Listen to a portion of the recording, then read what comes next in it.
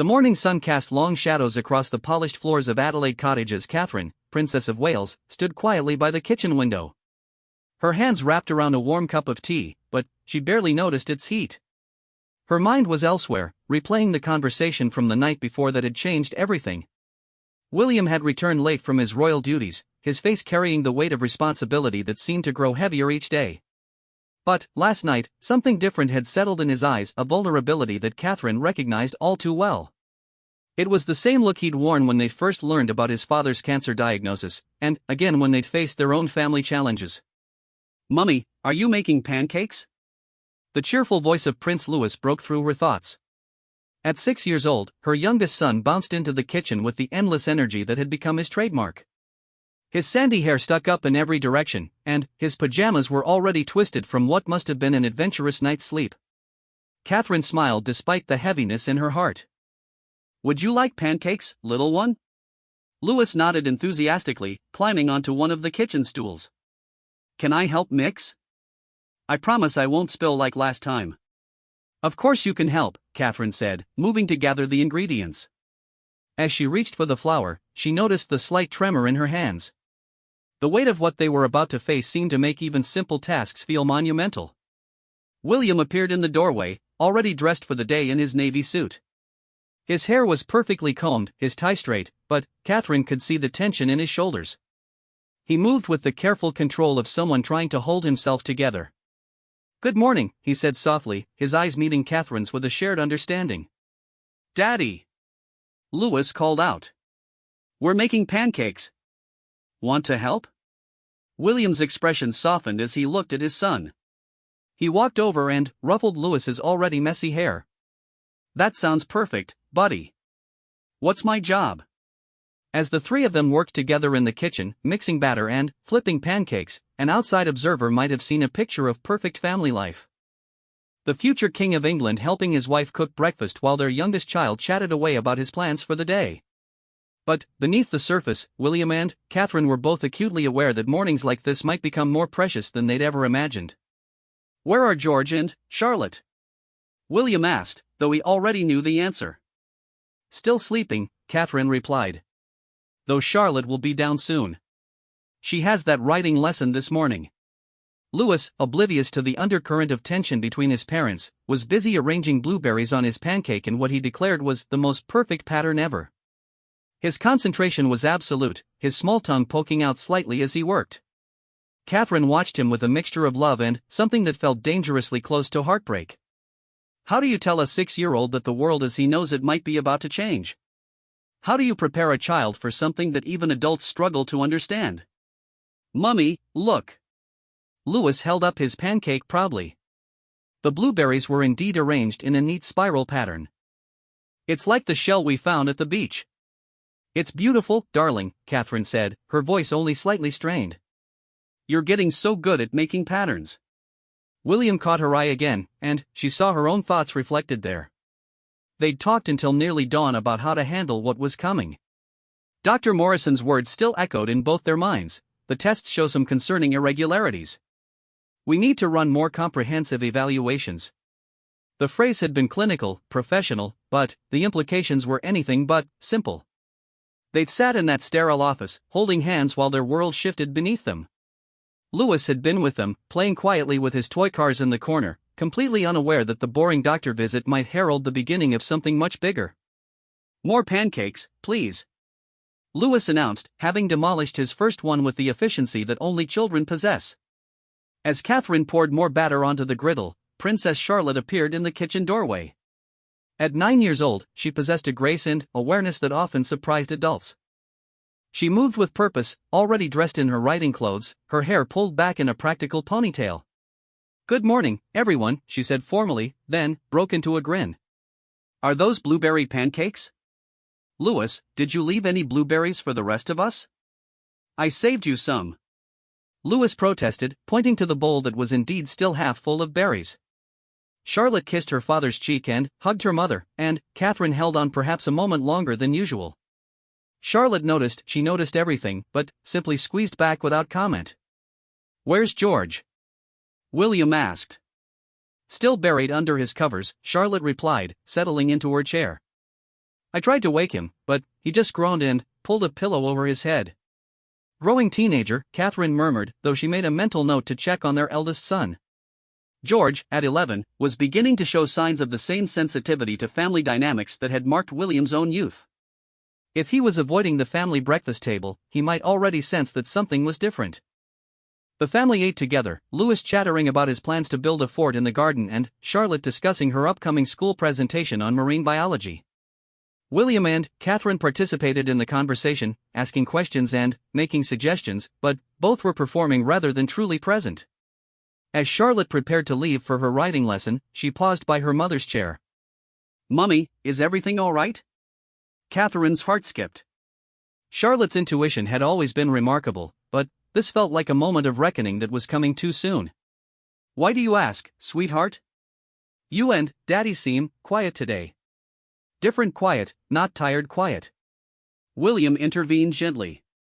"Sometimes grown-ups have things to think about, Charlotte.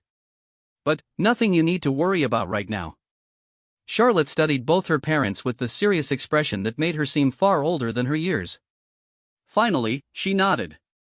"Okay. But you can talk to us, you know. We're not babies anymore."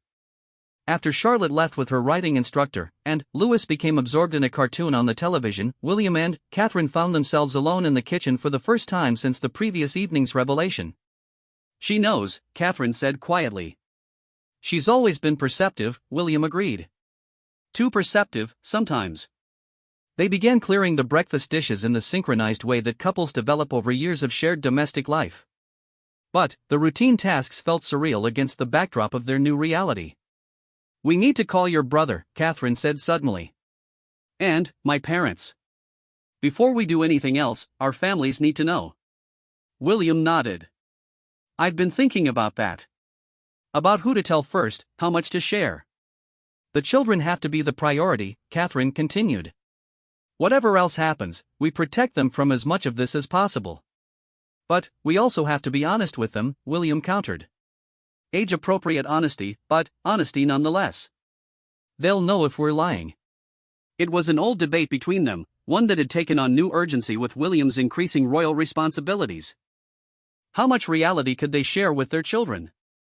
How much should royal children be shielded from the weight of their future roles, and how much should they be prepared for the realities they would eventually face? Now, with Dr. Morrison's words hanging over them like a storm cloud, the question had become even more complex. How do you prepare children for uncertainty? How do you maintain hope while acknowledging fear? Louis appeared in the kitchen doorway, having apparently tired of his cartoon. "Can we go to the park today? I want to try the new climbing frame." "Maybe this afternoon," Catherine said. "We have some things to take care of this morning." "Boring grown-up things?" Louis asked with the resigned tone of a child who had learned that adult responsibilities often interfered with fun plans. "A few boring things," William agreed. "But this afternoon is all yours, buddy. Park, climbing frame, ice cream if you're good." Louis's face lit up. "Can we bring the football? I've been practicing my kicks like you showed me." "Absolutely," William said, and Catherine could hear him making an effort to inject enthusiasm into his voice. As Louis ran off to find his football, William's phone buzzed with a message. He glanced at it and his expression tightened. "Dr. Morrison's office," he said quietly. "They want us to come in this afternoon for the next round of tests." Catherine felt her stomach drop. They'd known more tests were coming, but somehow seeing the appointment scheduled made it feel more real, more immediate. "What time?" she asked. 2:00. "We'll need to arrange for someone to stay with the children." "I'll call Maria," Catherine said, referring to their trusted nanny. "She can take them to the park. Louis will be thrilled." They stood there for a moment, both understanding that this phone call represented a line they were about to cross. Once they made the appointment official, once they walked into that medical office again, there would be no more pretending that this was all routine. "William," Catherine said softly. "Whatever the tests show, whatever happens next, we face it together. All of us, as a family." He reached for her hand, intertwining their fingers. "Together," he agreed. The morning sun had climbed higher, filling the kitchen with bright, cheerful light that seemed almost mocking given the heaviness of their conversation. But, as Catherine looked at their joined hands, she felt a familiar strength flowing between them. They'd weathered storms before: the intense media scrutiny of their courtship, the pressures of royal life, the challenges of raising children in the public eye. This would be different, more personal and, potentially more devastating than anything they'd faced before. But, the foundation they'd built together over the years felt solid beneath them. "I should check on George," Catherine said eventually. "I'll come with you," William replied. They found their eldest son exactly where Charlotte had predicted, buried under a pile of blankets and pillows, stubbornly refusing to acknowledge that morning had arrived. William sat on the edge of the bed while Catherine pulled back the curtains, letting sunlight stream into the room. "Come on, sleeping beauty," William said with forced lightness. "The world is waiting for you." A muffled groan emerged from under the bedding. "George, darling," Catherine said more gently. "Time to get up. You don't want to miss breakfast, do you?" "Not hungry," came the sullen response. William and Catherine exchanged glances. George's moods had become increasingly unpredictable lately, a normal part of adolescence that was nonetheless challenging to navigate. But, this morning, his reluctance to join the family felt more significant. "Is everything all right, George?" William asked. Slowly, reluctantly, George emerged from his cocoon of blankets. His hair was sticking up at impossible angles, and his expression was guarded in a way that reminded Catherine painfully of William at the same age. "You and Mom were talking last night," George said without preamble. "Late." I could hear voices. Catherine's heart sank. Of course their eldest would have noticed. George had inherited his father's sensitivity to family dynamics, along with a protective instinct that sometimes seemed too mature for his years. "Sometimes parents need to talk about grown-up things," William said carefully. "Is it about grandfather? His cancer?" "No, sweetheart," Catherine assured him quickly. "Grandfather is doing well. This is something different." George studied both his parents with an intensity that was uncomfortable in its perceptiveness. "Something bad?" "Something we need to understand better," William said, choosing his words carefully. "But nothing you need to worry about right now." It wasn't exactly a lie, but it wasn't the whole truth either. George seemed to sense the evasion, but, after a long moment, he nodded. "Can I have pancakes?" he asked, and the question sounded younger than his usual careful speech. "Of course," Catherine said, relief flooding through her. "Louis left you some blueberries." As George got dressed, William and Catherine retreated to their own room. The space that usually felt like a sanctuary now seemed charged with tension. "He knows something's wrong," Catherine said.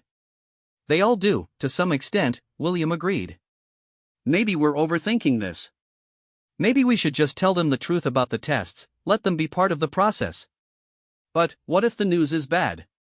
Catherine asked the question they'd both been avoiding. "What if Dr. Morrison's concerns are justified? How do we protect them from that kind of fear?" William was quiet for a long moment. When he spoke, his voice was heavy with the weight of his own childhood experiences. "I remember when my mother was going through her troubles. The not knowing was sometimes worse than the knowing. The sense that adults were keeping secrets, that something was wrong but no one would explain what." Catherine understood immediately. William's childhood had been marked by uncertainty, by the sense that the adults in his life were struggling with problems too big for a child to understand. The parallel to their current situation was uncomfortable but undeniable.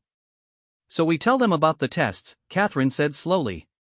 "Age-appropriate versions, but we tell them. We tell them that sometimes doctors need to run extra tests to make sure everything is okay," William agreed. "We tell them that it's probably nothing serious, but that we want to be careful. And we tell them that no matter what happens, we'll handle it together as a family." It felt like a decision, a plan that they could actually implement.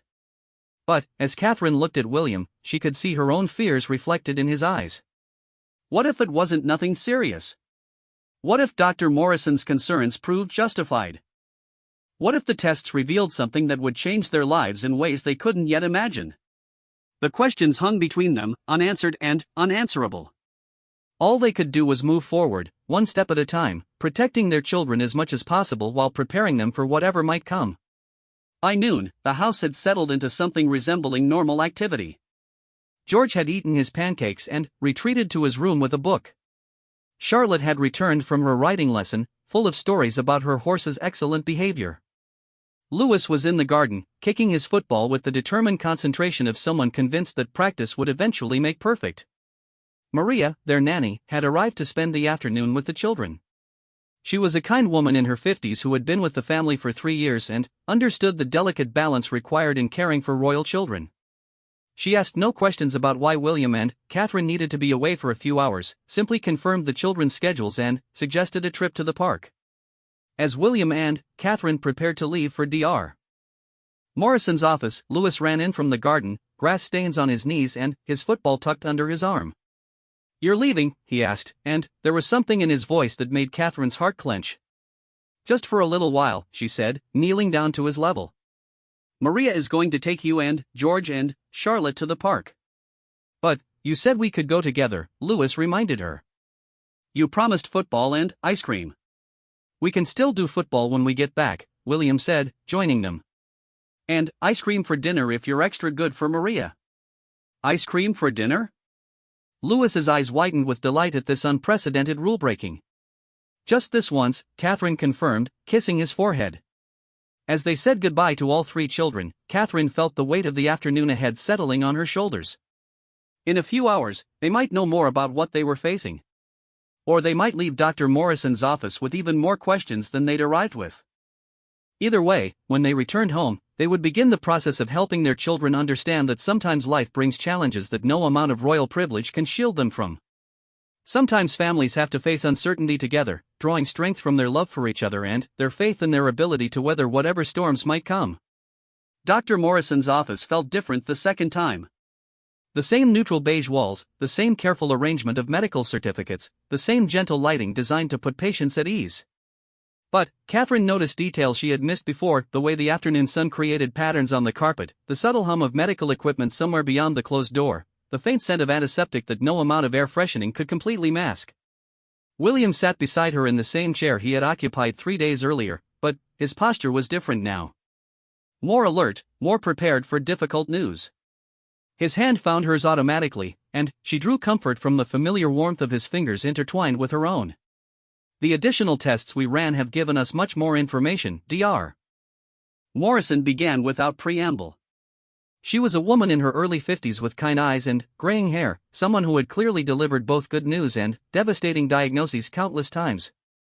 Her tone was carefully neutral, professionally compassionate. Catherine felt her breath catch. The last few days had been a strange suspension between normalcy and crisis.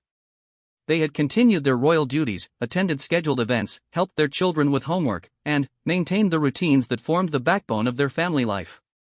But underneath it all had been the constant awareness that everything might be about to change. "What did you find?" William asked directly. Catherine admired his ability to cut through the careful medical language and ask for the truth. Dr. Morrison opened a thick folder on her desk. Catherine caught a glimpse of charts and graphs, numbers and medical terminology that meant nothing to her but everything to their future. "Prince Louis shows signs of a rare genetic condition called Duchenne muscular dystrophy," she said quietly. "The blood work and genetic testing confirmed the diagnosis." The words seemed to hang in the air between them. Catherine heard them, understood them intellectually, but felt as though they were discussing someone else's child, someone else's life. This couldn't be about Louis, her energetic, football-loving, pancake-making little boy who had been bouncing around the garden just hours before. "What does that mean?" Catherine's voice sounded strange to her own ears, distant and hollow. "Duchenne MD is a progressive muscle disorder," Dr. Morrison explained gently. "It primarily affects boys, and it's caused by a deficiency in a protein called dystrophin that's essential for muscle function." William's hand tightened around Catherine's. She could feel him processing the information, his mind already jumping ahead to implications and outcomes the way it did when he was briefed on complex political situations. "Progressive," he repeated. "Meaning it gets worse over time." It wasn't a question, but Dr. Morrison nodded anyway. The condition typically begins to show symptoms in early childhood. Looking back, we can probably identify some early signs that we might have attributed to normal childhood development. Catherine's mind immediately went to the past few months. Louis had seemed tired more often lately, had complained about his legs hurting after long days of playing. They had attributed it to growth spurts, to the normal wear and tear of an active 6-year-old. How many signs had they missed? How many moments of their son struggling had they dismissed as typical childhood challenges? What's the prognosis? William asked. Catherine was grateful that he could ask the question she wasn't yet ready to voice. Dr. Morrison's expression became even more gentle. Boys with Duchenne MD typically begin showing more obvious symptoms between ages 3 and 5. By the time they're teenagers, most need wheelchairs. The condition affects not just the muscles used for movement, but also the heart and respiratory muscles. The clinical language couldn't disguise the devastating reality she was describing. Catherine felt the room spinning slightly around her. Life expectancy, William pressed, his voice steady but strained. With current treatments and supportive care, many boys live into their 20s or early 30s. The progression varies from individual to individual, and there are new treatments being developed all the time. Catherine closed her eyes and tried to imagine Louis at 20, at 30. But all she could picture was her little boy from this morning, arranging blueberries on his pancakes, asking about ice cream for dinner. The future Dr. Morrison was describing felt completely disconnected from that reality. Treatment options, William continued systematically. What can we do? There are several approaches, Dr. Morrison said, pulling out another folder. Physical therapy to maintain muscle function as long as possible. Medications that can slow the progression. Dietary considerations. And there are some very promising clinical trials happening now. She spread out pamphlets and information sheets across her desk. Catherine stared at them, glossy brochures about wheelchairs and mobility aids, contact information for support groups, websites about genetic counseling. This was their new world, apparently. This collection of resources for families facing the unthinkable. Does he know yet that anything is wrong? Dr. Morrison asked. No, Catherine said quickly. We haven't told any of the children about the testing. We wanted to understand what we were facing first. That's very wise. Louis is young enough that he may not fully grasp the long-term implications yet. That can be a gift, it allows him to remain focused on the present, on the things he can do now. How do we tell him? Catherine asked. How do we explain this to a 6-year-old? We'll work together on that, Dr. Morrison assured her. There are specialists who help families navigate these conversations. Child psychologists who understand how to present medical information in age-appropriate ways. William was studying the pamphlets, his expression unreadable. Catherine knew that he was in crisis management mode, mentally cataloging information and beginning to formulate plans. It was how he approached royal emergencies, and she supposed this qualified as the most important emergency they had ever faced. Genetic counseling, he said, looking up from one of the brochures. For our other children. Catherine's heart lurched. In the shock of learning about Louis, she hadn't immediately thought about George and Charlotte. But, of course, if this was a genetic condition, there were implications for all their children. Duchenne MD is X-linked recessive, Dr. Morrison explained. Which means that Catherine is a carrier, and she passed the affected X chromosome to Louis. George received his X chromosome from his mother as well, but he got the normal copy. Charlotte has 2 X chromosomes, so even if one carries the mutation, the other can compensate. But she could be a carrier herself. The genetics were complicated, but the bottom line was clear. George was fine. Charlotte was physically fine but might face the same difficult decisions Catherine was now facing if she chose to have children someday. We should have them tested, William said. To know for certain. Dr. Morrison nodded. We can arrange that. But there's no urgency, it's more for your own peace of mind and for future family planning. Future family planning. Catherine and William had talked occasionally about having a 4th child, though the demands of royal life and their children's increasing activities had made the idea more theoretical than practical. Now the decision was made for them. The risk of passing this condition to another child was not something either of them could accept. What happens next? Catherine asked. We start Louis with physical therapy immediately, Dr. Morrison said. The goal is to keep him as strong and mobile as possible for as long as possible. We'll also begin monitoring his heart function, since the condition can affect the cardiac muscle as well. Heart function. Catherine felt a new wave of fear wash over her. She had been thinking about mobility, about Louis eventually needing a wheelchair. She hadn't considered that his heart might be affected too. There's a clinical trial starting next month at Great Ormond Street, Dr. Morrison continued. It's testing a new gene therapy approach. Lewis would be an ideal candidate. Gene therapy. Clinical trials. These were concepts Catherine had read about in the abstract, medical breakthroughs that seemed to belong to other people's lives. Now they were discussing enrolling their 6-year-old son in experimental treatment. We'd like to learn more about that, William said. Of course. I'll arrange for you to speak with the research team. But, we don't need to decide anything immediately. The most important thing right now is to start the physical therapy and to begin having conversations with Lewis about what he's experiencing.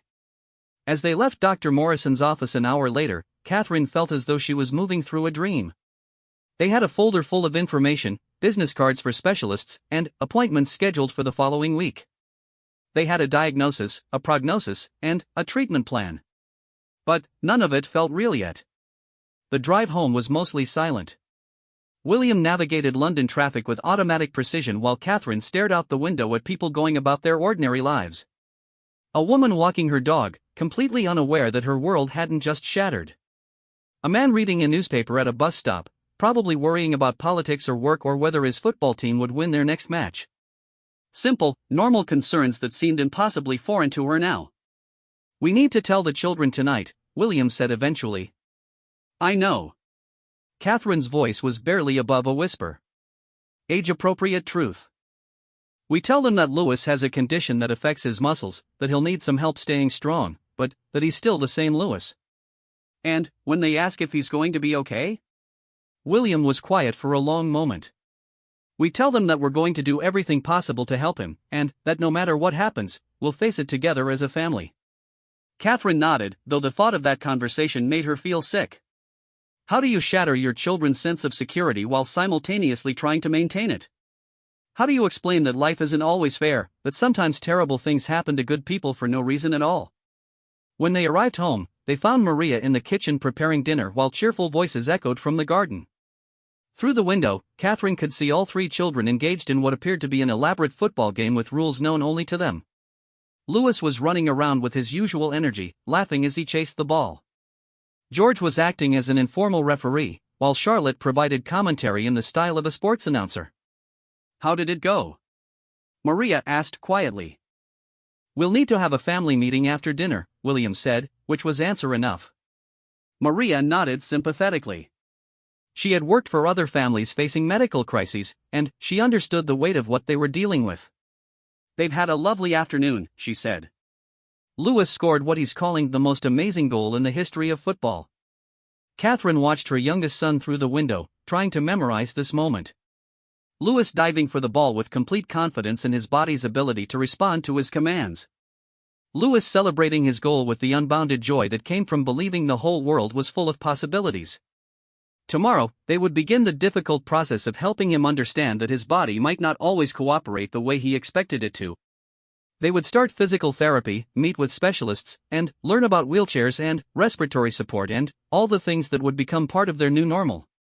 But tonight, Lewis was still just a 6-year-old boy who loved football and believed he could become anything he dreamed of being. Tonight, they could still pretend that the only challenge facing their family was whether to serve ice cream for dinner as promised. Call them in for dinner, Catherine said to Maria. We'll talk after they've eaten. As the children trooped in from the garden, grass-stained and giggling, Catherine forced herself to smile.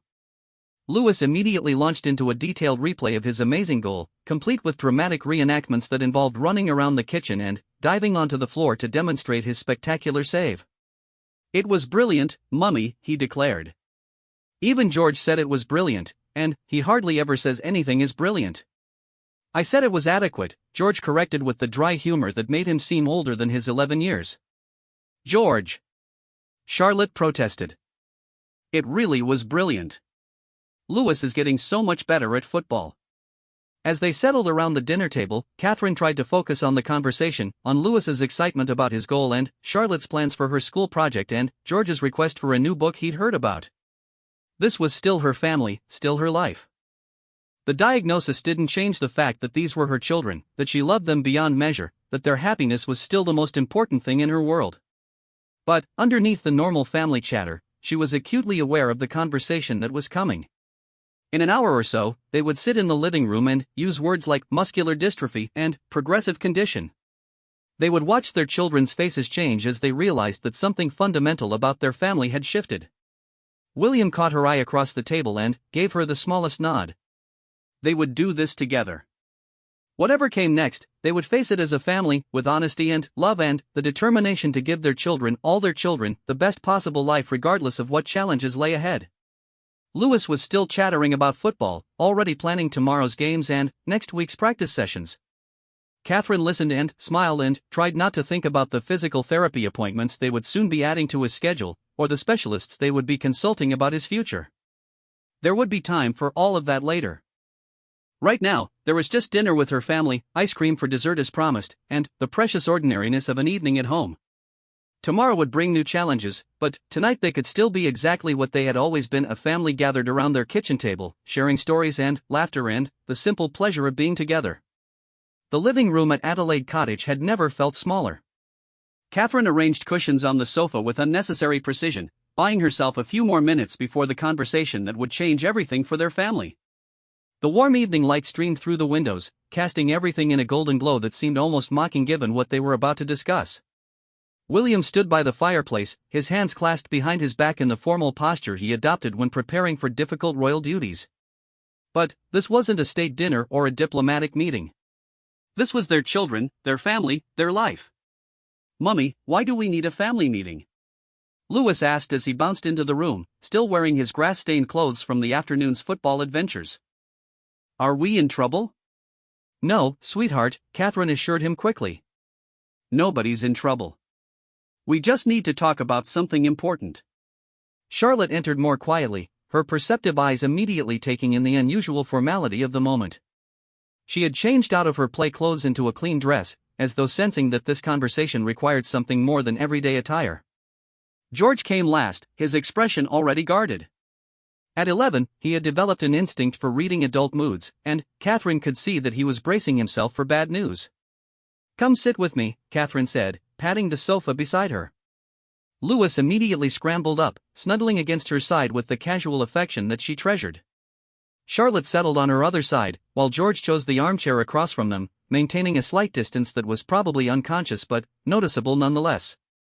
William remained standing for a moment, looking at his family gathered together. Catherine could see him taking a mental photograph, preserving this moment before everything shifted. Then, he moved to sit on the edge of the coffee table, facing all of them. "We want to talk to you about Louis's doctor visits," he began, his voice steady but gentle. Louis perked up immediately. "The boring doctor? Is that why we went twice? I didn't even get a lollipop the second time." "That's right, the doctor visits," Catherine said, smoothing his hair. "Dr. Morrison needed to run some special tests to understand why you've been feeling tired sometimes." "And why my legs hurt after football," Louis added matter-of-factly. "But they don't hurt now. I think they just needed practice." Catherine felt her heart clench at his innocence. "The doctor found out why your legs have been hurting, and why you've been tired." Charlotte's posture had become very still, and Catherine recognized the look of someone preparing to hear difficult news. George was watching his parents with laser focus, no longer even pretending to be casual. "Louis has something called muscular dystrophy," William said, speaking directly to his youngest son. "It's a big name for something that affects the muscles in your body." Louis considered this information with the seriousness he typically reserved for important topics like football strategies and pancake recipes. "Is that why I get tired?" "Yes, that's exactly right," Catherine confirmed. "Your muscles have to work harder than other people's muscles, so you get tired more quickly." "Can I still play football?" This was clearly Louis's primary concern. "Absolutely," William said firmly. "You can still play football, and ride your bike, and do all the things you love to do. But we're going to help you stay strong by doing some special exercises with a nice lady called a physical therapist." "Like gym class?" "A bit like gym class," Catherine agreed. "But more fun, and designed especially for you." Charlotte spoke up for the first time. "Is Louis going to be okay?" The question that Catherine had been dreading, asked in the clear, direct way that children approach the world. She looked at William, drawing strength from his steady presence. "Louis is going to be Louis," she said carefully.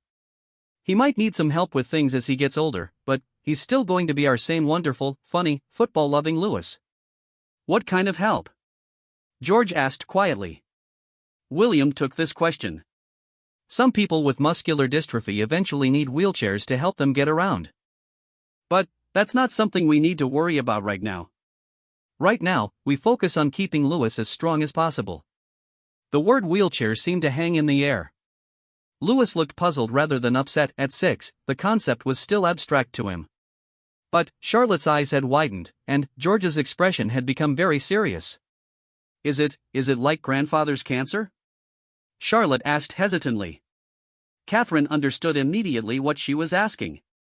When King Charles had been diagnosed, the family had navigated careful conversations about illness and treatment and uncertainty. Now Charlotte was trying to understand if this was the same kind of frightening situation. It's different from grandfather's cancer, William explained. Cancer is something that doctors can often treat and make go away completely. Muscular dystrophy is something that Lewis will always have, but there are lots of ways to manage it and help him live a happy, full life. Will he die? Lewis asked with the startling directness that only children possess. Catherine felt as though the breath had been knocked out of her. She had expected this question, but hearing it in her 6-year-old's clear, innocent voice was almost unbearable. Everyone dies eventually, William said gently. That's just part of life. But Lewis is going to live for a long, long time, and he's going to have many adventures and experiences and happy moments. It wasn't exactly an answer, but it was honest without being terrifying. Lewis seemed satisfied with this response, nodding thoughtfully.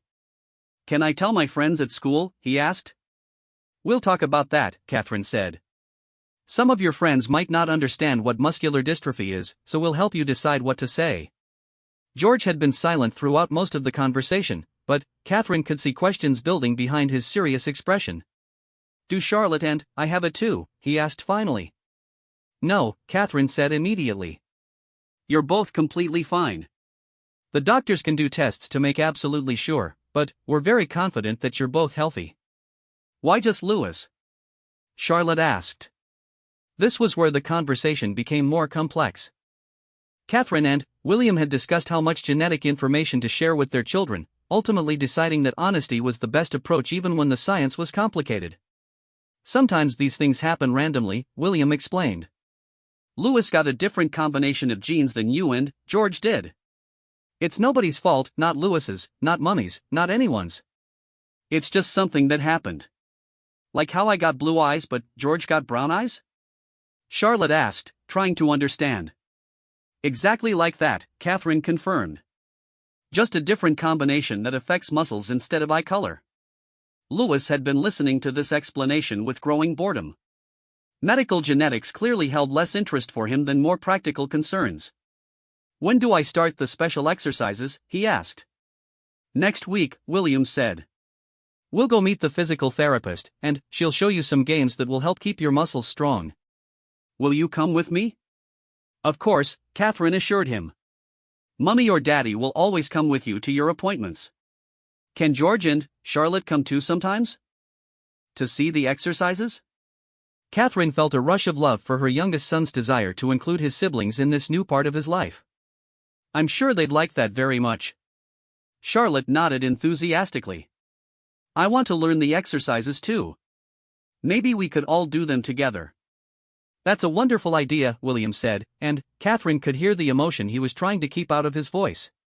They talked for another hour, answering questions that ranged from the practical, will I still be able to go to regular school, to the philosophical, why do bad things happen to good people? Lewis remained remarkably matter-of-fact about the whole discussion, seeming to view his diagnosis as simply another interesting fact about himself, like his love of football or his talent for pancake decoration. Charlotte asked thoughtful questions about treatment options and research, already demonstrating the analytical mind that would serve her well in whatever career she eventually chose. George remained quieter but engaged, and Catherine suspected he was processing the information in his own way, probably planning how he could be the best possible big brother in this new situation. As the conversation wound down, Lewis yawned dramatically. Can I still have ice cream for dinner tomorrow? You had ice cream for dinner tonight, Catherine pointed out, laughing despite everything. I know, but I might need extra energy for my muscles, Lewis said hopefully. Nice try, buddy, William said, ruffling his hair. But regular food is better for muscle strength. As they prepared for bedtime routines, Charlotte lingered by Catherine's side while the boys headed upstairs. "Mummy," she said quietly, "are you and Daddy scared?" Catherine considered lying, maintaining the adult pretense that parents always knew what they were doing and never felt overwhelmed by life's challenges. But Charlotte deserved honesty, and Catherine had always believed in treating her children as capable of handling age-appropriate truth. "A little bit," she admitted. "When people you love are facing challenges, it's natural to feel scared sometimes. But we're also hopeful, because there are lots of good doctors and treatments that can help Louis. And because we're all going to help him," Charlotte added. "Exactly. Louis is very lucky to have such a wonderful sister." Charlotte hugged her tightly. "I love you, Mummy." "I love you too, sweetheart. So very much." Later, after all three children were settled in their beds and the house had grown quiet, Catherine and William found themselves alone in their own room. The evening had gone better than Catherine had dared hope. Their children had handled the news with remarkable resilience, asking good questions and offering immediate support for their brother. But now, in the privacy of their bedroom, the full weight of the day settled on both of them. "They were amazing," William said, loosening his tie. "They were," Catherine agreed. "But I keep thinking about what comes next. The appointments, the treatments, watching Louis struggle with things that are easy for other children." William sat beside her on the bed. "We'll take it one day at a time. One appointment, one challenge, one small victory at a time." "I want to protect him from so much," Catherine said. "From other children who might not understand, from his own frustration when his body doesn't do what he wants it to do, from the fear of what the future might hold." "We can't protect him from everything," William reminded her gently. "But we can make sure he knows he's loved unconditionally, that his worth isn't determined by his physical abilities, and that he's part of a family that will support him no matter what." Catherine leaned against her husband's shoulder, drawing comfort from his steady presence. Tomorrow would bring the first of many new challenges: phone calls to family members who needed to know about the diagnosis, research into treatment options, conversations with school administrators about Louis's needs. But tonight, their family was together under one roof, all four children safe in their beds, still fundamentally the same people they had been that morning, even though their understanding of the future had shifted dramatically. "We should call Harry," Catherine said suddenly. "And your father. They'll want to know." "Tomorrow," William said. "Tonight is just for us, for processing what we've learned and preparing for what comes next." Through the baby monitor on their nightstand, they could hear Louis talking to himself in his room, probably replaying the day's football highlights or planning tomorrow's adventures. His voice was cheerful, completely unburdened by worry about the future. Catherine closed her eyes and listened to the sound of her youngest son's contentment. Whatever challenges lay ahead, they would face them together. Their family might look different than they had planned. Their future might include medical appointments and mobility aids and difficult conversations they had never imagined having. But, at its core, nothing had changed. They were still a family bound together by love, still committed to supporting each other through whatever life might bring, still determined to give all their children the best possible future regardless of what obstacles they might encounter. Louis's voice faded into sleepy murmurs, and then silence settled over the house. Catherine and William held each other close, gathering strength for the journey ahead, grateful for the gift of this quiet moment before tomorrow's challenges began.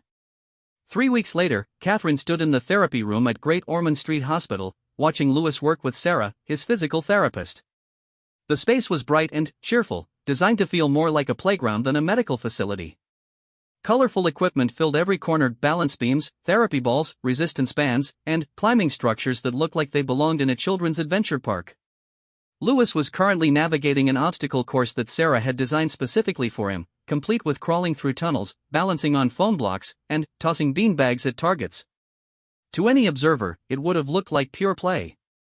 But Catherine now understood that every movement was carefully calculated to strengthen specific muscle groups and maintain Louis's mobility for as long as possible. "Excellent work, Louis," Sarah called out as he successfully completed a challenging balance sequence. "Your core strength is really improving." Louis beamed with pride, then looked over at Catherine. "Did you see that, Mummy? I didn't even wobble." "I saw," Catherine confirmed, her heart swelling with pride and breaking a little at the same time. Lewis approached his therapy sessions with the same enthusiasm he brought to everything else, treating each exercise as a new challenge to master rather than a medical necessity. The past 3 weeks had been a whirlwind of adjustment. They had fallen into a new routine that included twice-weekly therapy sessions, daily exercises at home, and regular check-ins with Dr. Morrison. They had also begun the process of enrolling Lewis in the clinical trial for experimental gene therapy, a decision that had required countless consultations with specialists and genetic counselors. William entered the therapy room carrying coffee for Catherine and juice boxes for Lewis. He had rearranged his royal schedule to attend as many appointments as possible, declaring that nothing was more important than supporting their son through this transition. "How's he doing today?" William asked Sarah quietly. "Wonderfully," Sarah replied, watching Lewis tackle a new climbing challenge. "His attitude makes such a difference. Some children resist the exercises, but Lewis treats them like games."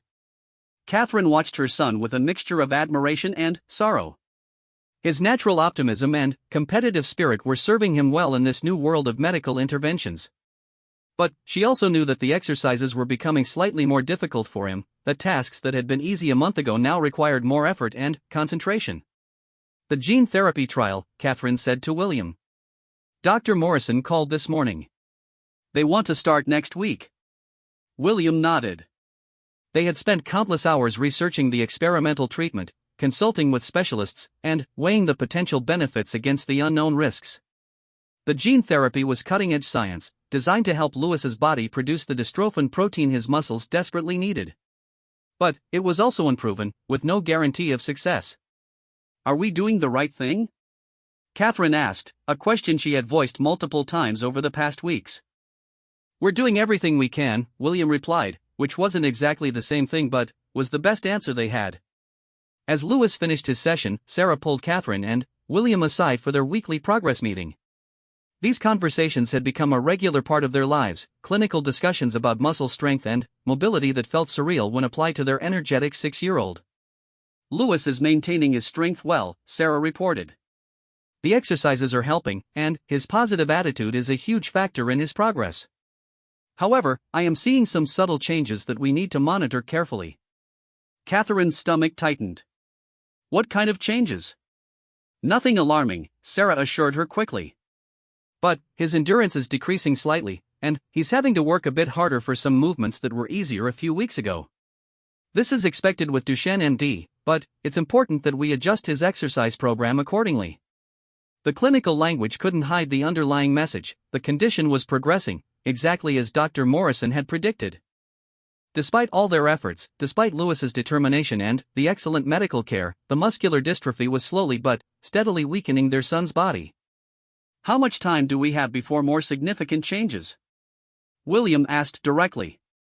"Every child is different," Sarah said diplomatically. "But typically, we start seeing more noticeable mobility challenges between ages 8 and 12. The gene therapy could potentially slow that progression significantly." 8 to 12. Lewis was 6 now. They potentially had 6 years, maybe more, maybe less, before their son would need a wheelchair. 6 years to watch him struggle with increasingly simple tasks. 6 years to help him navigate a world that wasn't designed for people with progressive muscle disorders. But also 6 years of Lewis being Lewis, playing football, making pancakes, creating elaborate games with his siblings, approaching each day with infectious enthusiasm. 6 years of family adventures and bedtime stories and Christmas mornings and birthday parties. "Mummy, Daddy, look!" Lewis called out from across the room, where he was demonstrating a new balance technique to a little girl who was also in therapy. "I'm teaching Emma how to do the wobbly walk." Catherine watched her son naturally take on the role of mentor and friend, sharing his hard-won skills with another child facing similar challenges. This was quintessentially Lewis, generous, encouraging, completely unaware of his own courage. As they prepared to leave the hospital, Lewis chatted excitedly about his plans for the afternoon. Charlotte had promised to help him practice his football skills, and George had offered to read him a new story before bedtime. The ordinary rhythms of family life continued, providing stability and normalcy amid all the medical appointments and therapy sessions. "Can we stop for ice cream?" Lewis asked as they walked to the car. "All this exercise makes me hungry." "I think we can manage ice cream," William agreed, smiling at his son's predictable request. The ice cream shop near the hospital had become one of their regular stops. It was a cheerful place with colorful decorations and a friendly staff who had grown accustomed to seeing families from the hospital. Louis always ordered the same thing, vanilla with rainbow sprinkles, and always managed to get more ice cream on his face than in his mouth. As they sat in their usual booth, Louis swinging his legs contentedly while working on his cone, Catherine reflected on how much their lives had changed in such a short time. 3 weeks ago, their biggest concerns had been school projects and royal schedules. Now they were fluent in medical terminology, had memorized the layout of Great Ormond Street Hospital, and could discuss gene therapy with the confidence of experts. But Louis remained wonderfully unchanged.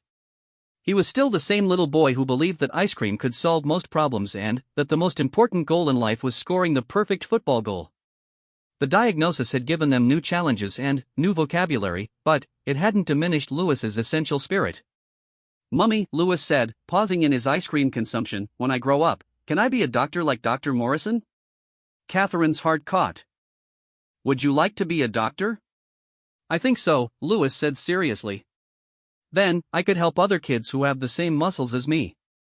I could teach them the fun exercises and tell them about ice cream therapy." "Ice cream therapy?" William asked, fighting back tears. "That's my invention," Louis explained. "When you're sad about your muscles, you eat ice cream and remember that there are still good things." Catherine reached across the table to smooth her son's hair, marveling at his innate wisdom. At 6 years old, facing a progressive degenerative disease, Louis had somehow developed his own philosophy for dealing with life's challenges. Ice cream therapy, finding sweetness in the midst of difficulty, choosing to focus on joy rather than sorrow. Their phone buzzed with a text from Charlotte. "George and I are making dinner. It might be disaster, but we're trying." Another from George. "Charlotte claims she knows how to cook pasta. I have emergency sandwiches ready." "Your brother and sister are making dinner," Catherine told Louis. "Are they making pancakes?" Louis asked hopefully. "Probably not," William said. "But whatever they make, I'm sure it will be perfect." As they drove home, Louis fell asleep in his car seat, exhausted from his therapy session but wearing the satisfied expression of someone who had accomplished something important.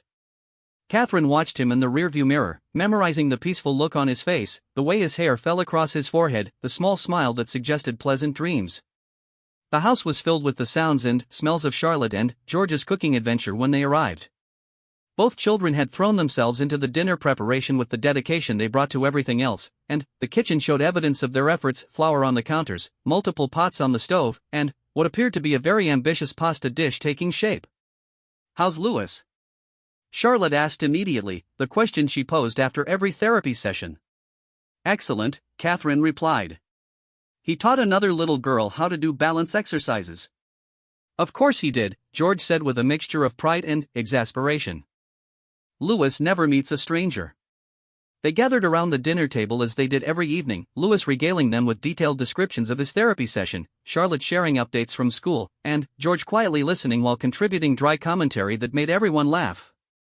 This was their new normal: family dinners that included casual discussions of muscle exercises and medical appointments alongside homework reports and weekend plans. They had adapted to their changed circumstances with the resilience that families develop when facing challenges together. Later that evening, after Louis had been read 2 stories and negotiated for a third, after Charlotte had finished her homework and George had retreated to his room with a book, Catherine and William sat together in their living room reviewing the information packet about the gene therapy trial. "He starts Monday," William said, though they had already confirmed this multiple times. "Are you scared?" Catherine asked. "Terrified," William admitted.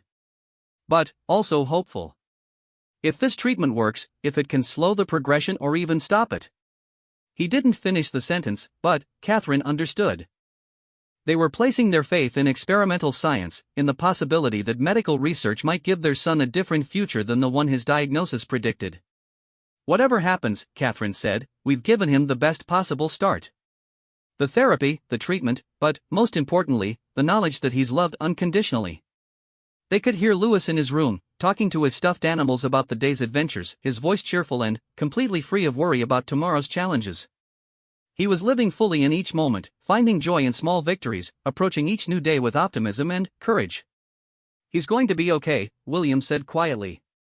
"Maybe not in the way we originally planned, maybe not without challenges, but he's going to be okay. Catherine leaned against her husband's shoulder, listening to the peaceful sounds of their home, Louis's gentle chatter fading into sleep, Charlotte humming while she organized her school supplies, George's quiet page-turning as he read late into the evening. Their life looked different than it had a month ago. Their future held uncertainties and challenges they had never imagined. But, at its core, they were still the same family they had always been, bound together by love, committed to supporting each other through whatever difficulties might arise, determined to find joy and hope even in the midst of uncertainty.